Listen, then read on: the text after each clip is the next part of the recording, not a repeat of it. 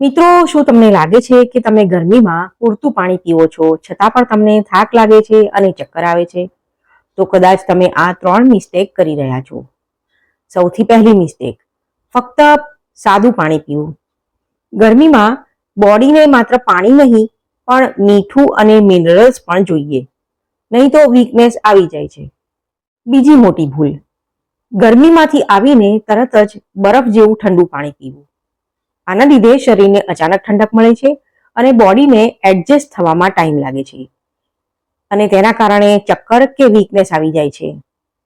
ત્રીજી મોટી mistake, સિમ્ટમ્સને ignore કરવા. જ્યારે બોડી સિગ્નલ આપે છે, જેમ કે ચક્કર આવવા, માથું દુખવું, તો એ ડિહાઇડ્રેશનની સાઇન હોઈ શકે છે.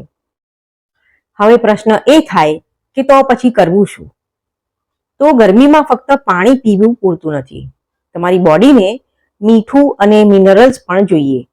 એટલા માટે દિવસમાં 1 થી 2 વાર ORS અથવા નાળિયેર પાણી કે લીંબુ મીઠાવાળું પાણી જરૂર પીવો. આ સિમ્પલ ડ્રિંક્સ તમારી બોડીને હાઇડ્રેટ રાખશે અને એનર્જી પણ મેન્ટેન રાખશે.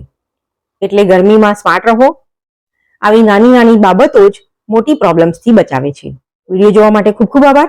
ફરીથી મળીશું, ત્યાં સુધી આવજો.